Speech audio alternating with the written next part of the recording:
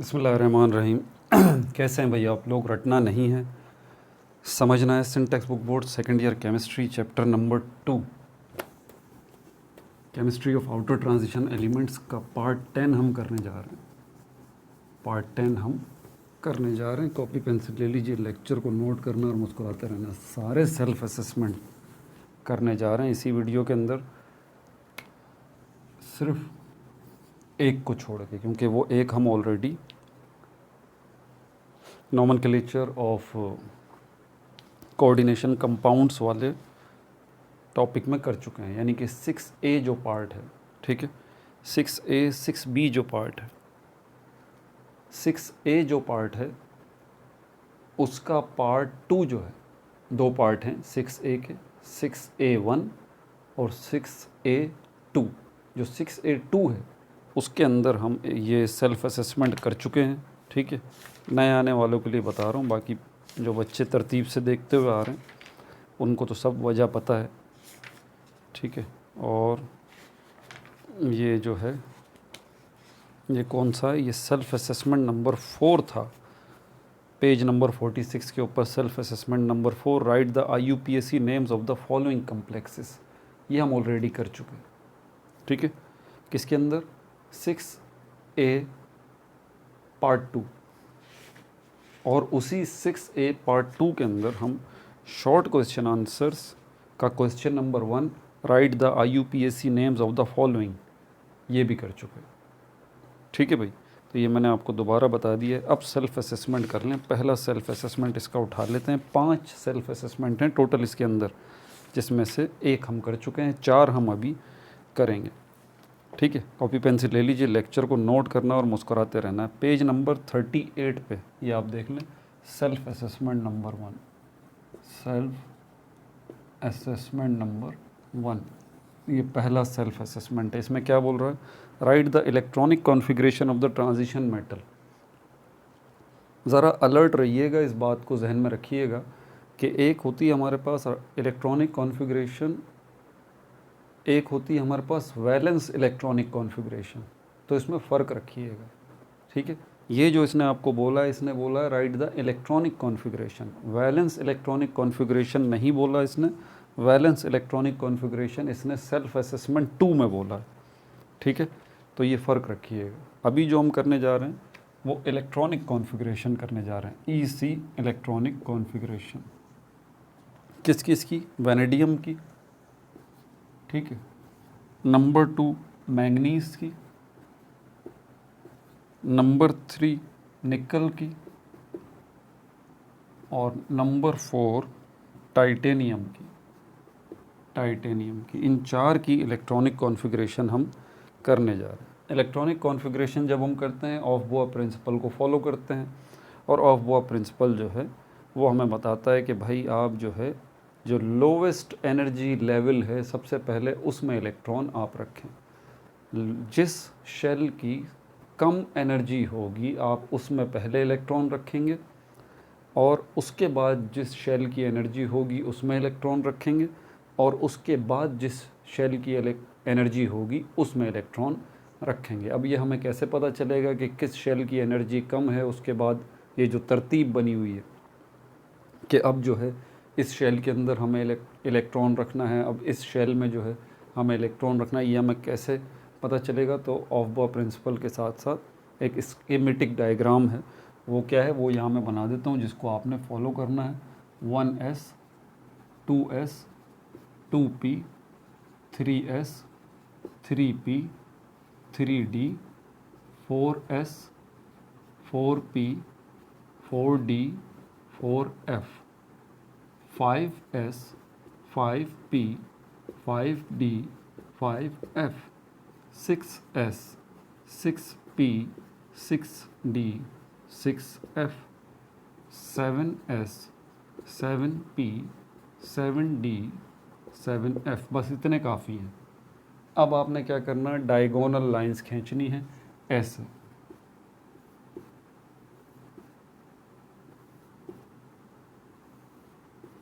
ये देखिए,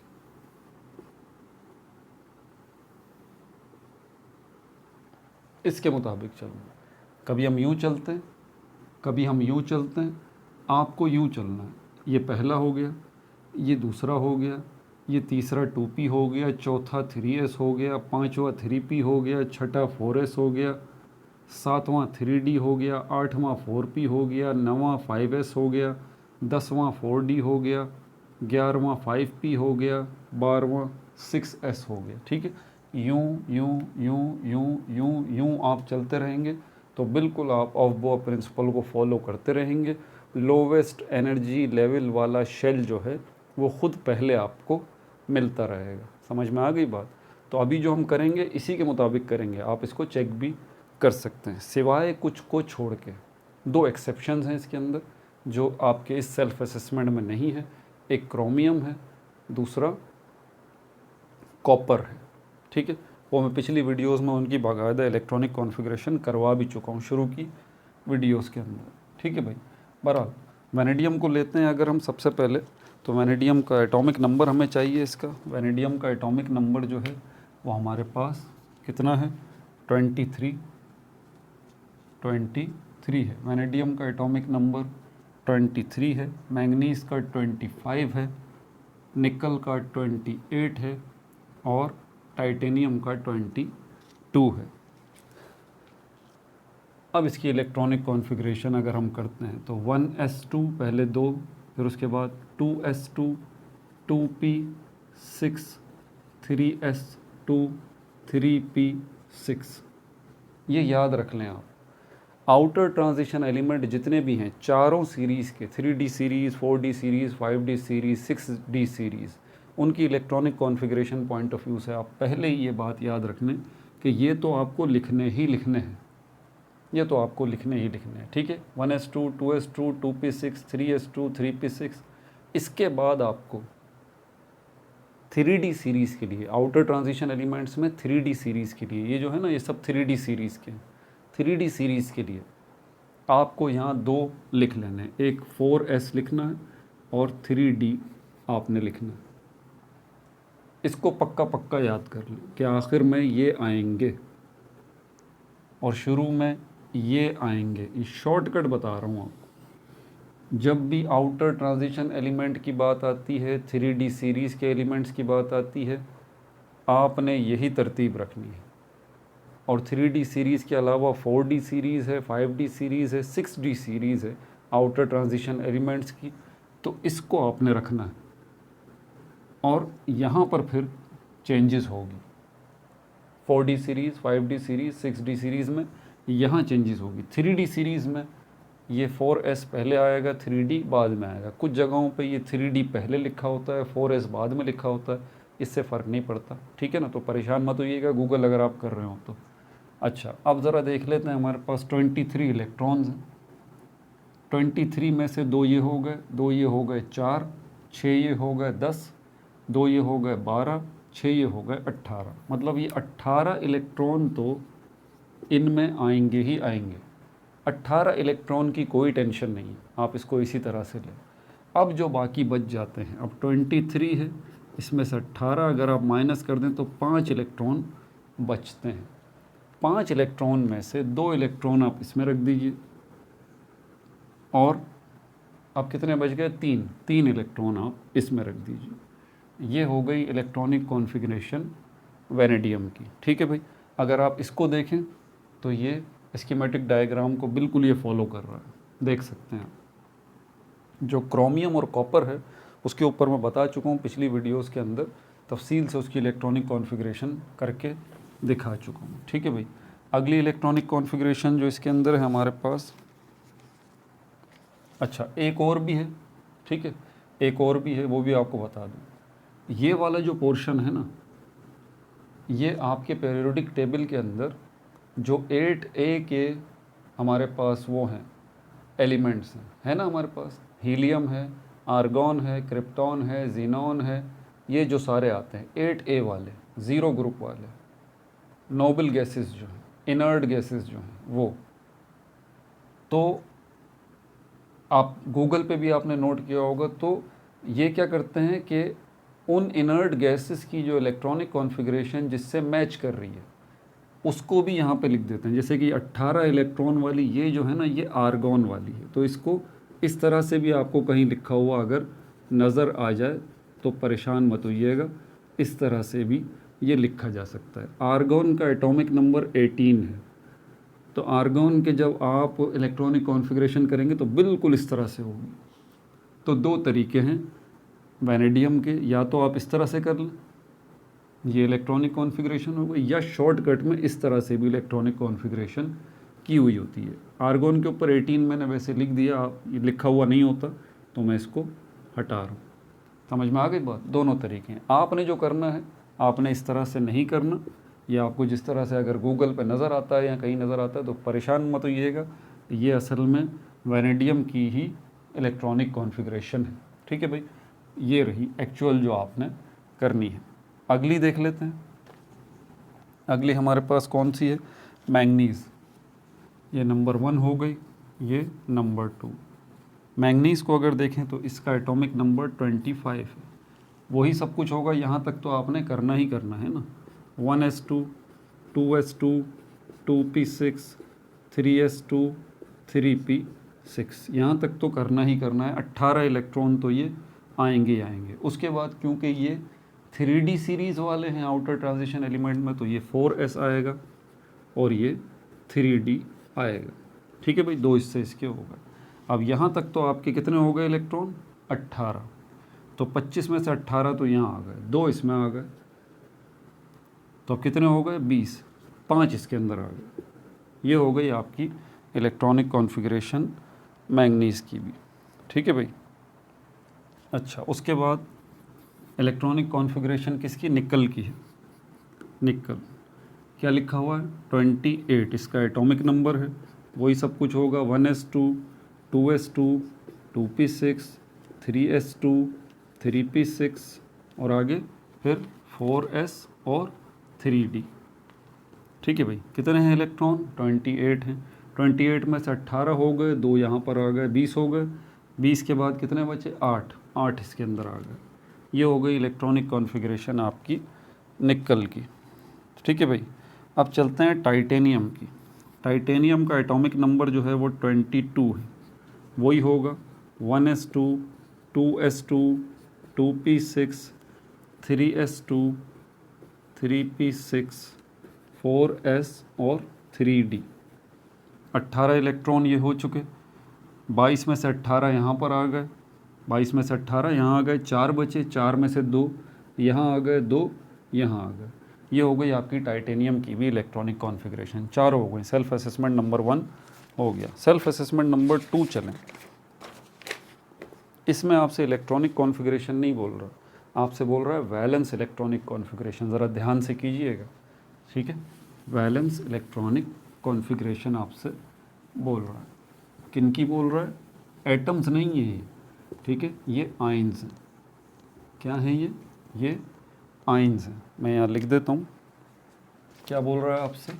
valence electronic configuration आपने करनी है। किसकी करनी है? पहले नंबर पे कॉपर आयन है, दूसरे नंबर पे भी कॉपर आयन है, तीसरे नंबर पर आयरन का आयन है, चौथे नंबर पे क्रोमियम का आयन है, क्रोमियम का आयन है, पांचवें नंबर पे जो है वो फिर आयरन का आयन है, छठे नंबर पे मैंगनीज का आयन है, सातवें नंबर पे कोबाल्ट का आयन है। इनकी वैलेंस इलेक्ट्रॉनिक कॉन्फ़िगरेशन करनी है। वैलेंस इलेक्ट्रॉनिक कॉन्फ़िगरेशन का मतलब ये है कि पूरी आपसे इलेक्ट्रॉनिक कॉन्फ़िगरेशन नहीं मांग रहा, सिर्फ वैलेंस शेल की इलेक्ट्रॉनिक कॉन्फ़िगरेशन मांग रहा है। प्रॉब्लम यहाँ पर ये होती है आउटर ट्रांजिशन एलिमेंट्स के अंदर कि इसमें एक वैलेंस शेल नहीं होता, इसमें दो वैलेंस शेल होते हैं। ठीक है, इसमें दो वैलेंस शेल होते हैं, तीन भी हो सकते हैं, तो दो वैलेंस शेल इसके अंदर होंगे। अब कैसे होगी ये? पहले अगर हम कॉपर को ले लें, इसको अगर हमें करना है, इसको करने के लिए पहले आप इसको देख लें। इसका एटॉमिक नंबर 29 है कॉपर का, और ये वही एक्सेप्शनल केस है, इसका एटॉमिक नंबर जो है हमारे पास 29 है। ठीक है भाई, तो यहाँ पर क्या करेंगे, इसका एटॉमिक नंबर हमारे पास 29 है, बिल्कुल सही। 1s2, 2s2, 2p6, 3s2, 3p6। ठीक है भाई, अब क्या आएगा, ये भी 3d सीरीज़ का ही है, इसलिए 4s और 3d। इलेक्ट्रॉन्स काउंट कर लें, 29 इलेक्ट्रॉन्स हैं, तो 18 इलेक्ट्रॉन्स तो यहाँ पर आ गए। 18 में से 2 इसके अंदर आ गए, कितने हो गए, 20, और 9 इसके अंदर आ गए। हो गई इलेक्ट्रॉनिक कॉन्फ़िगरेशन। कॉपर के एटम की है। क्या ये सही है? नहीं, ये गलत है, ये गलत है। क्यों गलत है? कॉपर एक्सेप्शनल केस है भाई, कॉपर एक्सेप्शनल केस है। इसमें आप 4s के अंदर 2 इलेक्ट्रॉन नहीं रखेंगे, 1 इलेक्ट्रॉन रखेंगे। इसका 1 इलेक्ट्रॉन यहाँ आप ले आएंगे तो ये 9 है, ये 10 हो जाएंगे, और ये 2 है तो ये 1 हो जाएगा। ये एक्सेप्शनल, अब सही है ये कॉपर की इलेक्ट्रॉनिक कॉन्फ़िगरेशन, अब ये सही है। लेकिन हमें कॉपर की इलेक्ट्रॉनिक कॉन्फ़िगरेशन नहीं करनी, हमें कॉपर आयन की इलेक्ट्रॉनिक कॉन्फ़िगरेशन करनी है, और कॉपर आयन की भी वैलेंस इलेक्ट्रॉनिक कॉन्फ़िगरेशन करनी है। तो पहले कॉपर आयन की इलेक्ट्रॉनिक कॉन्फ़िगरेशन करने से पहले ज़रा कॉपर आयन को समझ लें। ये कॉपर आयन का मतलब +2 का क्या है? इसका मतलब ये है कि कॉपर के पास जितने इलेक्ट्रॉन हैं उसमें से 2 अब कम हैं। कॉपर के पास जितने इलेक्ट्रॉन होते हैं उसमें से 2 कम हैं। तो कितने इलेक्ट्रॉन होते हैं कॉपर के पास? 29। तो अब कितने इलेक्ट्रॉन हैं एक्चुअली? 27। तो ये तो इसी तरह बनेगा, 1s2, 2s2, 2p6, 3s2, 3p6। अब रह गया 4s और 3d, 4s और 3d। 2 इलेक्ट्रॉन कम करने हैं, कॉपर आयन में 2 इलेक्ट्रॉन कम है। ये जो इलेक्ट्रॉनिक कॉन्फ़िगरेशन है ये 29 इलेक्ट्रॉन्स की है, हमें 27 इलेक्ट्रॉन्स की करनी है। अब इसमें देखें 4s1, याद रखें जब भी आप वैलेंस इलेक्ट्रॉनिक कॉन्फ़िगरेशन कर रहे हैं आउटर ट्रांजिशन एलिमेंट्स की, आपने, और 3d सीरीज़ की कर रहे हैं, तो आपने जो इलेक्ट्रॉन कम करना है सबसे पहले इसमें से करना है, सबसे पहले इसमें से करना है। ठीक है, 2 इलेक्ट्रॉन कम है ना, तो 1 इलेक्ट्रॉन आप इसमें से कम करेंगे, मतलब ये पूरा का पूरा 4s ही गायब हो जाएगा, 4s ही गायब हो जाएगा। अब 3d की तरफ चलते हैं, तो 3d के अंदर कितने हैं? 10 इलेक्ट्रॉन हैं, इसमें से भी 1 निकालना है, तो ये कितना हो जाएगा? 9।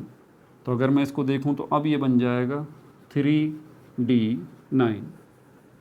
दोनों में फ़र्क देख लें आप, कॉपर एटम की भी इलेक्ट्रॉनिक कॉन्फ़िगरेशन देख लें, कॉपर आयन की भी इलेक्ट्रॉनिक कॉन्फ़िगरेशन देख लें, 2 इलेक्ट्रॉन कम है। तो हमेशा आप सबसे पहले जो इलेक्ट्रॉन कम करेंगे, अभी आगे और करना होगा आपको, तो सबसे पहले 4s में से ही करेंगे। ठीक है, उसके बाद 3d की तरफ जाएंगे आप। ये हो गई। तो क्या हमारा मसला हल हो गया? हमारा मसला हल नहीं हुआ। ठीक है, हमने कॉपर की इलेक्ट्रॉनिक कॉन्फ़िगरेशन की, कॉपर के आयन की इलेक्ट्रॉनिक कॉन्फ़िगरेशन की, लेकिन वो हमसे ये नहीं बोल रहा, वो हमसे बोल रहा है valence electronic configuration of copper ion. तो वो कौन सी होगी? जो वैलेंस शेल होगा। वैलेंस शेल कौन सा होगा? लास्ट वाला होगा। तो हमारे पास जो वैलेंस शेल है, ठीक है, वो क्या है हमारे पास? यहाँ पर ये 3d है, 3d है हमारे पास।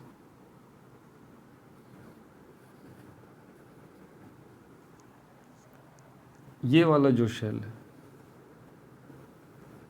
ये वाला जो शेल है, इसकी इलेक्ट्रॉनिक कॉन्फ़िगरेशन आएगी। अब क्योंकि एक ही शेल रह गया है, 4 वाला शेल तो निकल गया, सिर्फ 3 वाला है, तो 3s2, 3p6, 3d9।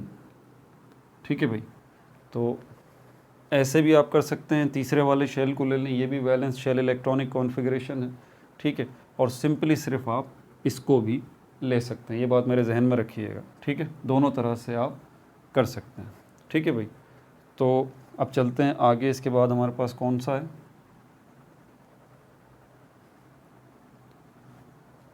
अच्छा, 2 इलेक्ट्रॉन निकल गए यहाँ पर।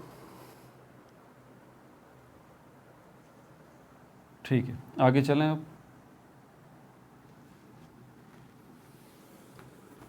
अब अगला देख लेते हैं। अगला आपके पास कौन सा है? ये भी कॉपर का आयन है, नंबर 2, ये भी कॉपर का आयन है। +1 से आप समझ जाइए कि क्या है। इसका दोबारा पहले क्या करेंगे, एटम की करेंगे, 1s2 2s2 2p6 3s2 3p6 4s और 3d। कितने आए थे? इसमें 1 आया था और इसमें 10 आए थे। ठीक है भाई। अब कॉपर आयन की कर लीजिए, कॉपर आयन की 1s2 2s2 2p6 3s2 3p6। कितने इलेक्ट्रॉन कम है?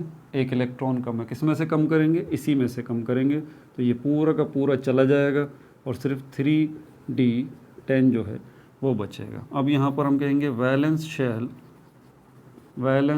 Shell electronic configuration of copper ion क्या होगी हमारे पास? ये रही वैलेंस शेल की electronic configuration, 3s2 3p6 3d10। आप चाहें तो सिर्फ 3d10 को भी ले सकते हैं, सही होगा वो भी। ठीक है ना, टेंशन लेने की ज़रूरत नहीं है। ठीक है भाई। अब चलते हैं आगे। ये भी हो गया 10 और 12 18 18 19 29, बिल्कुल सही है। ठीक है भाई। तीसरा आप देख लेते हैं।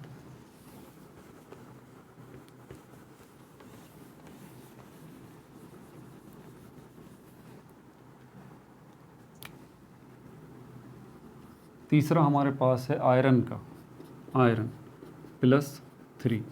तो आयरन आयन का करने से पहले आप आयरन का कर लीजिए। आयरन का हमारे पास जो एटॉमिक नंबर है वो 26 है। तो इसका करेंगे तो 1s2 2s2 2p6 3s2 3p6 4s3d। अब काउंट कर लें, 26 हैं, 18 इलेक्ट्रॉन तो यहाँ से यहाँ तक आ गए, 2 इलेक्ट्रॉन इसमें आ गए। ठीक है। आयरन जो है वो एक्सेप्शन नहीं आता, एक्सेप्शन में सिर्फ कॉपर और क्रोमियम है। ठीक है। तो ये यहाँ तक 18 हो गए, ये 20 हो गए, 6 रह गए, 6 इसके अंदर आ गए। अब चलते हैं आयरन के आयन की इलेक्ट्रॉनिक कॉन्फ़िगरेशन। समझ जाइए कि अब 3 इलेक्ट्रॉन कम है, 26 में से 3 इलेक्ट्रॉन निकल चुके हैं। अब ये आयरन का आयन बन चुका है। इसकी electronic configuration 1s2 2s2 2p6 3s2 3p6 और अब 3 इलेक्ट्रॉन निकालने हैं, तो 2 इलेक्ट्रॉन सबसे पहले इसी में से निकालेंगे और 1 इलेक्ट्रॉन 3d में से निकालेंगे। तो 3d में से 1 इलेक्ट्रॉन निकलेगा, 3d5 हो जाएगा, 4s2 तो पूरा का पूरा ही चला गया, तो ये हो गया 3d5। अब यहाँ पर इसकी valence shell electronic configuration of iron +3 is equal to, ये क्या बनेगी? 3s2 3p6 3d5। आप चाहें तो सिर्फ 3d5 भी लिख सकते हैं, कोई परेशानी की बात नहीं है। ठीक है भाई। अब अगला देख लेते हैं। चौथे नंबर पे आपके पास क्या है? क्रोमियम। दोबारा एक्सेप्शनल केस आ गया आपके पास, क्रोमियम का आयन। लेकिन आप क्रोमियम को कर लें पहले।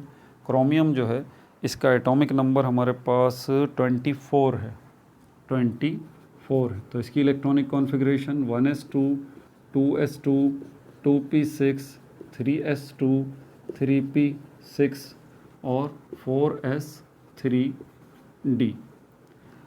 अब यहाँ तक हमारे पास कितने हो गए? 18 इलेक्ट्रॉन हो गए। कितने हैं? 24। तो इसमें क्या करें फिर? 2 इलेक्ट्रॉन इसमें रख दें और उसके बाद जो है वो क्या करें? कितने इलेक्ट्रॉन बच गए? 20 हो गए। यहाँ तक 4s तक 20 इलेक्ट्रॉन हो गए, 4 रह गए, 4 इसके अंदर रख दें। ऐसा ही है? नहीं, ऐसा नहीं है, यहाँ गड़बड़ हो जाएगी, यहाँ गड़बड़ हो जाएगी, ये गलत इलेक्ट्रॉनिक कॉन्फ़िगरेशन है। कॉपर और क्रोमियम एक्सेप्शनल केस है, 4s में 2 नहीं रख सकते, आपको यहाँ से एक निकाल के यहाँ डालना पड़ेगा। तो ये हो जाएगा 4s1 और ये हो जाएगा 3d5। अब ये सही है, ठीक है, अब ये सही है। अब चलते हैं क्रोमियम आयन की तरफ। +3 का मतलब 3 इलेक्ट्रॉन निकल चुके, 1s2, 2s2, 2p6, 3s2, 3p6, 3 electron निकल गए। तो 4s1 तो पूरा का पूरा उड़ गया, चला गया। 3d में से भी 2 इलेक्ट्रॉन चले जाएंगे, तो ये बचेगा 3d3। ठीक हो गया भाई। Valence shell electronic configuration, valence shell electronic configuration of chromium +3, इसकी क्या बनेगी? 3s2, 3p6, 3d3। ठीक है, आप 3d3 भी लिख सकते हैं सिर्फ, लेकिन आपने बनाना इसको इसी तरह है ताकि चेकर को पूरे तरीके से समझ में आए कि आप क्या कर रहे हैं। ठीक है भाई। अच्छा, अब चलते हैं आगे नंबर 5 पे।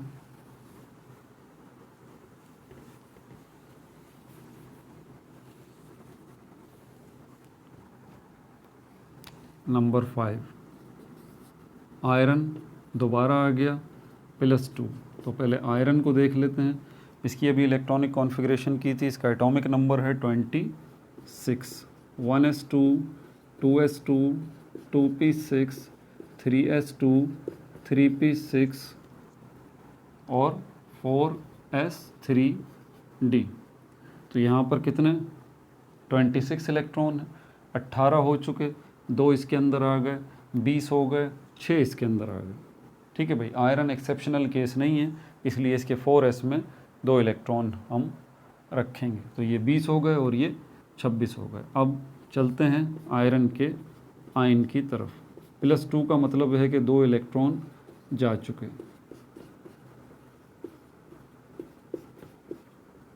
4s वाले ही जाएंगे, और तो सबसे पहले निकालना ही इनको है। 4s वाले चले जाएंगे, तो ये हो जाएगा 3d6। Valence shell electronic configuration of iron ion कितनी है? 3s2, 3p6, 3d6।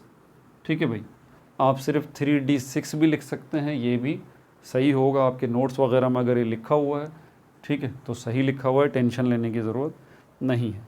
ठीक है भाई। अब आगे देख लेते हैं कौन सा है, मैंगनीज़।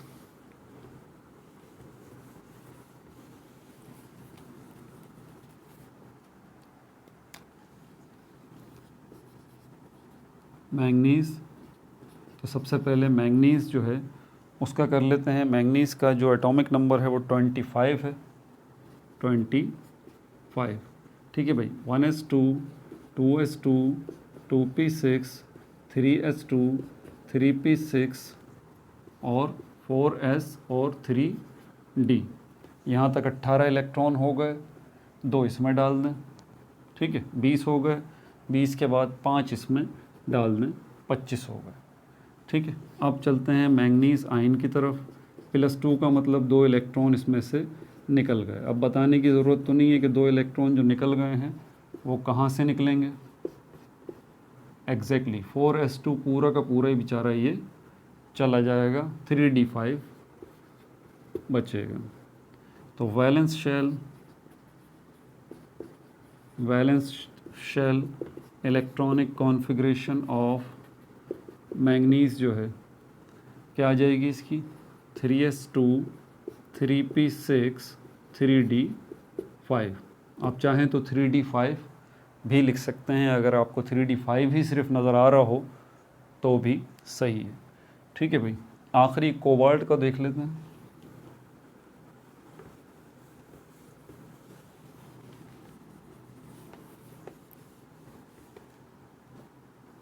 Number 7 cobalt +2। तो पहले कोबाल्ट को कर लेते हैं। कोबाल्ट जो है इसका एटॉमिक नंबर है 27,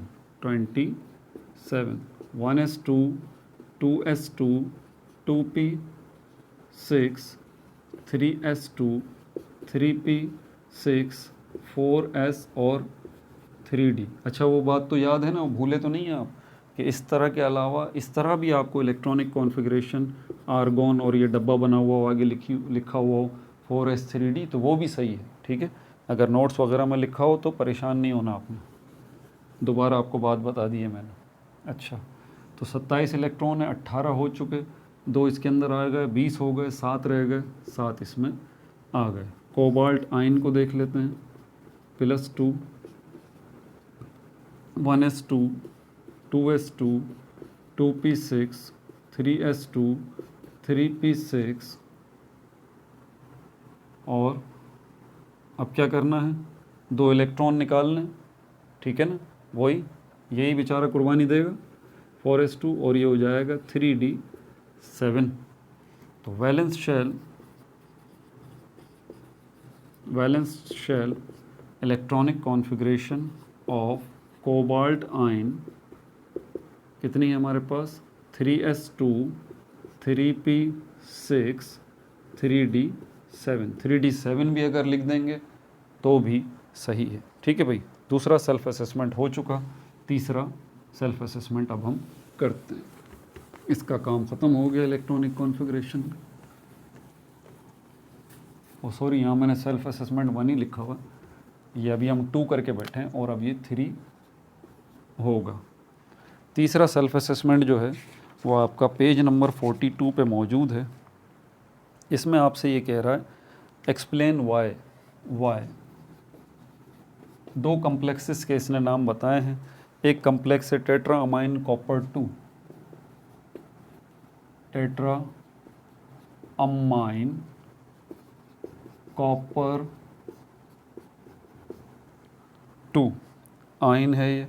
ठीक है, ये रहा Cu और NH3 ब्रैकेट क्लोज 4 और ये +2 कम्प्लेक्स आयन।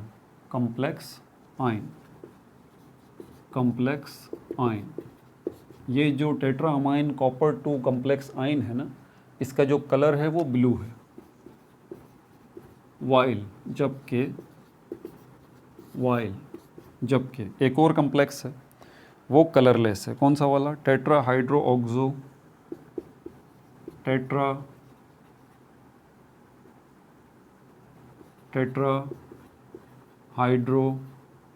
ऑक्सो जिंकेट 2,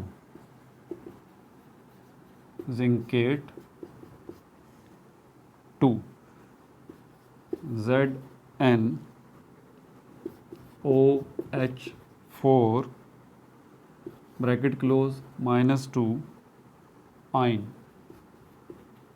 ये क्या है, ये कलरलेस है, ठीक है भाई। इसके ऊपर मैं तफसीली वीडियो बना चुका हूँ, किस नाम से है, ये कलर ऑफ कम्प्लेक्सेस के नाम से। ऑलरेडी पिछले वीडियोस आप चेक करें तो आपको वीडियो मिल जाएगी, कलर ऑफ कम्प्लेक्सेस शुरुआती वीडियो इस चैप्टर की, उनमें मैं ये तफसील से बात बता चुका हूँ। कम्प्लेक्सेस का कलर कुछ का होता है, कुछ का नहीं होता, उसके पीछे वजूहात क्या हैं। बहरहाल इसका जवाब मैं आपको दे दूं, लेकिन हल्का सा एक ओवरव्यू दे दूं कि हमें चीज़ों के रंग जो हैं वो ऐसे नज़र क्यों आते हैं। उसकी वजह लाइट है।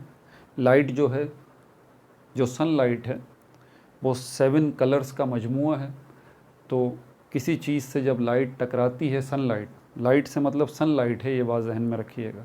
ठीक है, तो लाइट जो है, सनलाइट जब किसी चीज़ से टकराती है, या आपके घरों में मौजूद है वो जो भी लाइट है आपकी, आर्टिफिशियल लाइट है या आपने आग जलाई हुई है उससे जो लाइट निकल रही है, तो वो लाइट जब किसी चीज़ पे पड़ती है, कोई भी लाइट हो, वो मुख्तलिफ़ रंगों का मजमूआ है, मुख्तलिफ़ कलर्स का मजमूआ है, मुख्तलिफ़ कलर्ड लाइट्स का कलेक्शन है। तो होता ये है कि जब सनलाइट पड़ती है या लाइट पड़ती है तो जाके काफ़ी सारे कलर्स जो हैं, 3 काम होते हैं। उनमें से कुछ कलर्स तो वो चीज़ एब्ज़ॉर्ब कर लेती है, जैसे कि ये पत्ता है, इसका कलर आपको ग्रीन अगर नज़र आ रहा है, सनलाइट जब इस पर पड़ रही है, सनलाइट जो है असल में 7 लाइट्स का मजमूआ है। तो जब हम कह रहे हैं कि सनलाइट पड़ रही है तो इसका मतलब ये 7 लाइट्स इसके ऊपर पड़ रही हैं। अब 3 काम होंगे, ठीक है। एक काम तो ये होगा कि कुछ कलर्स जो हैं ये एब्जॉर्ब कर लेगा,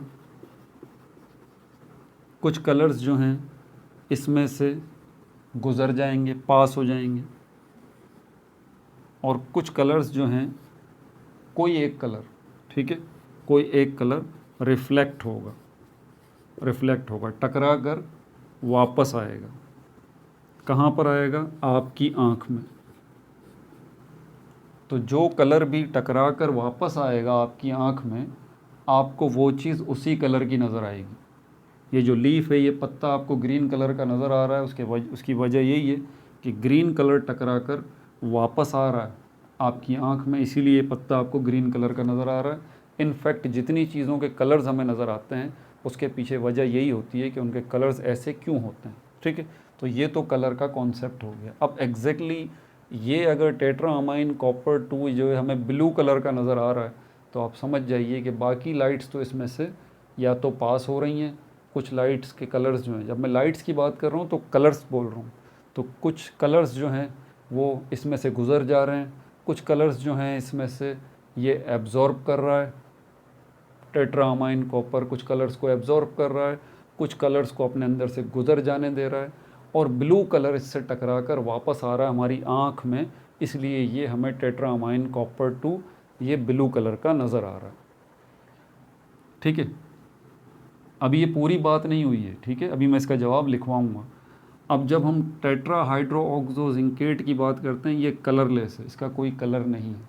तो इसका आसान सा मतलब है कि कोई कलर रिफ्लेक्ट होकर हमारी आँख में नहीं आ रहा, कोई कलर रिफ्लेक्ट होकर हमारी आँख में नहीं आ रहा। इसके पीछे वजह क्या है? अब आगे ये तो आपको वैसे पता चल गया ना, फिज़िक्स पता चल गई, इसके पीछे केमिस्ट्री क्या है? केमिस्ट्री इसके पीछे ये है, यहाँ पर जो जिंक है, केमिस्ट्री इसके पीछे ये है, यहाँ पे जो कॉपर है, कॉपर और जिंक, ये जो एटम्स हैं, इनके एटम्स हैं तो जाहिर सी बात है इनके पास इलेक्ट्रॉन्स भी होंगे, शेल्स भी होंगे, और इलेक्ट्रॉन कहाँ होंगे? इन एटम्स के इलेक्ट्रॉन्स जो हैं वो कहाँ होंगे? इन एटम्स के इलेक्ट्रॉन इनके शेल्स में होंगे, फिर उसके बाद इनके सब शेल्स में होंगे, और उसके बाद ऑर्बिटल्स में होंगे। और ऑर्बिटल्स में इलेक्ट्रॉन दो हैसियतों से होते हैं, या तो वो पेयर्ड इलेक्ट्रॉन होंगे, या तो इलेक्ट्रॉन का पेयर होगा, या फिर अनपेयर्ड इलेक्ट्रॉन होगा। अनपेयर्ड इलेक्ट्रॉन यानी कि सिंगल इलेक्ट्रॉन, एक अकेला इलेक्ट्रॉन। कहाँ पर होंगे ये पेयर्ड इलेक्ट्रॉन या फिर ये अनपेयर्ड इलेक्ट्रॉन? होंगे कहाँ पे? ये ऑर्बिटल में होंगे। ऑर्बिटल कहाँ पर होंगे? सब शेल्स में होंगे, सब शेल्स में होंगे। सब शेल्स कहाँ पर होंगे? सब शेल्स में होंगे। शेल्स कहाँ पर होंगे?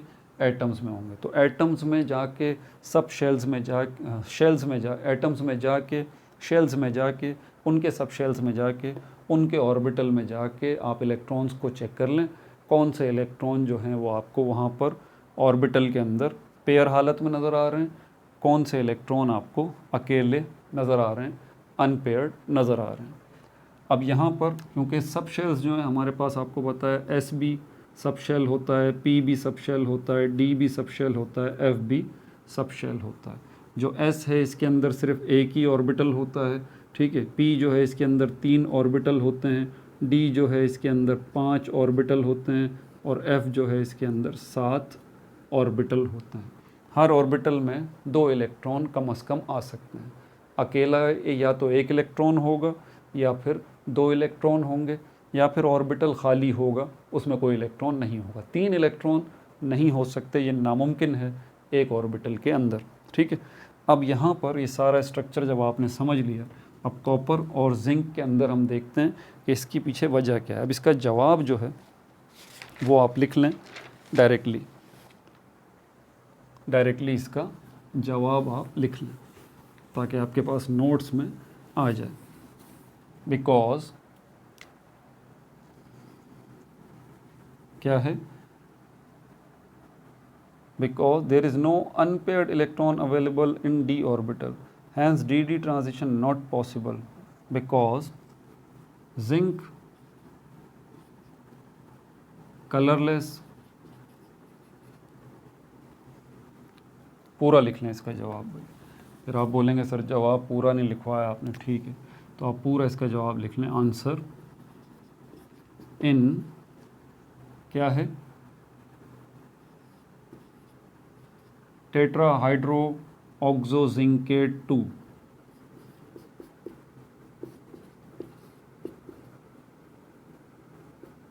आयन। इन टेट्राहाइड्रोऑक्सोजिंकेट 2 आयन के अंदर इन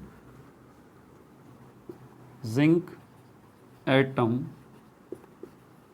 हैज़ नो अनपेयर्ड इलेक्ट्रॉन। नो बड़ा सा मैंने नो लिखा है, ये नंबर नहीं है, नो है। No unpaired electron in D orbitals. D orbitals मतलब डी शेल के जो 5 ऑर्बिटल हैं उनकी बात की जा रही है। मैंने बनाया था ना डी शेल के 5 ऑर्बिटल, ये जो डब्बे हैं ये ऑर्बिटल हैं इस तरह के। तो ये डी के जो 5 ऑर्बिटल हैं इनके अंदर कोई भी नो अनपेयर्ड इलेक्ट्रॉन, कोई अनपेयर्ड इलेक्ट्रॉन नहीं है, ठीक है, ठीक है। हैंस लिहाजा no D D transition, D dash D transition. अब ये डी डी ट्रांजिशन क्या है? डी डी ट्रांजिशन का मतलब होता है कि इलेक्ट्रॉन का लोअर एनर्जी स्टेट से हायर एनर्जी स्टेट में जंप करना। नील बोर का एटॉमिक मॉडल याद है ना, कि जब एक्साइटेड होते हैं, डी एक्साइटेड होते हैं इलेक्ट्रॉन तो जंप करते हैं शेल्स में, ठीक है। तो यहाँ पर क्योंकि कोई इलेक्ट्रॉन डी ऑर्बिटल में अनपेयर्ड अकेला है ही नहीं, तो अकेला कोई इलेक्ट्रॉन है ही नहीं, तो जंपिंग कहाँ से होगी? कैसे वो एक्साइटेड और डी एक्साइटेड स्टेट में आएंगे जब अनपेयर्ड इलेक्ट्रॉन, अकेला इलेक्ट्रॉन है ही नहीं, क्योंकि इसके लिए शर्त होती है कि अकेला इलेक्ट्रॉन होना चाहिए। तो इसी को कहते हैं डी डी ट्रांजिशन। समझ आ रही है बात आपको? Hence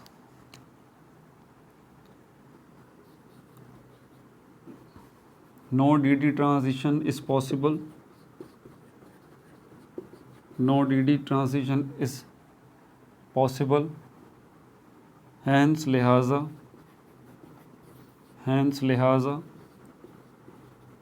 zinc hydroxo tetrahydroxozincate ion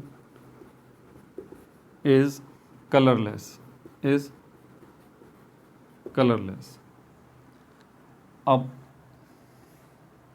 इसका आप खुद लिख लें, खुद लिख सकते हैं ना आप। अब यहाँ इसका अगला लिखेंगे आप, but tetra amine copper, but in tetra amine copper atom has unpaired electron in d orbitals, hence there is dd transition possible, hence tetraamine copper has blue color, that's it। ठीक है भाई, बता भी दिया मैंने। ये हो गया आपका self assessment number 3। Self assessment number 4 जो है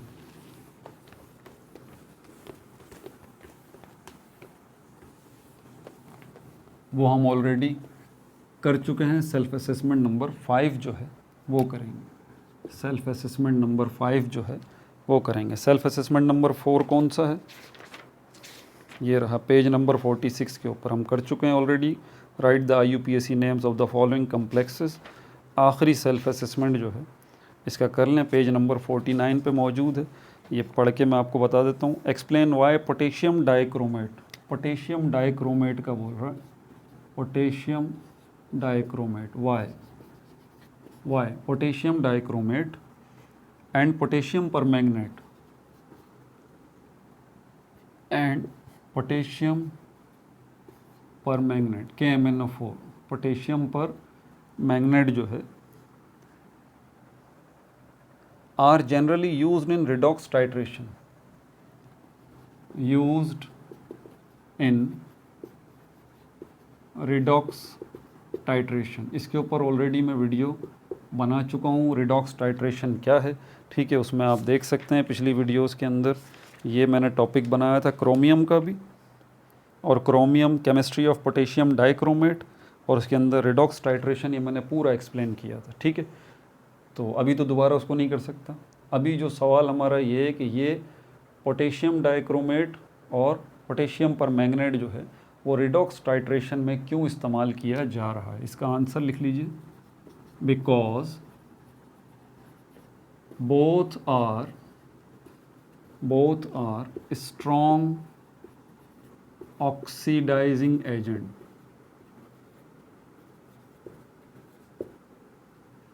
Because both are strong oxidizing agent. How?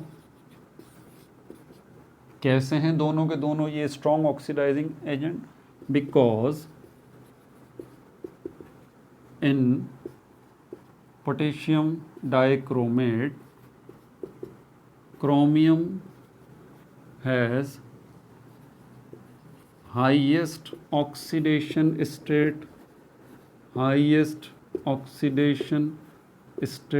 that is +6, and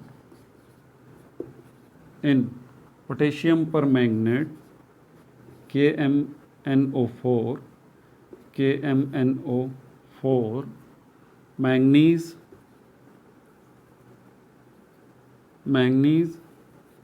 has highest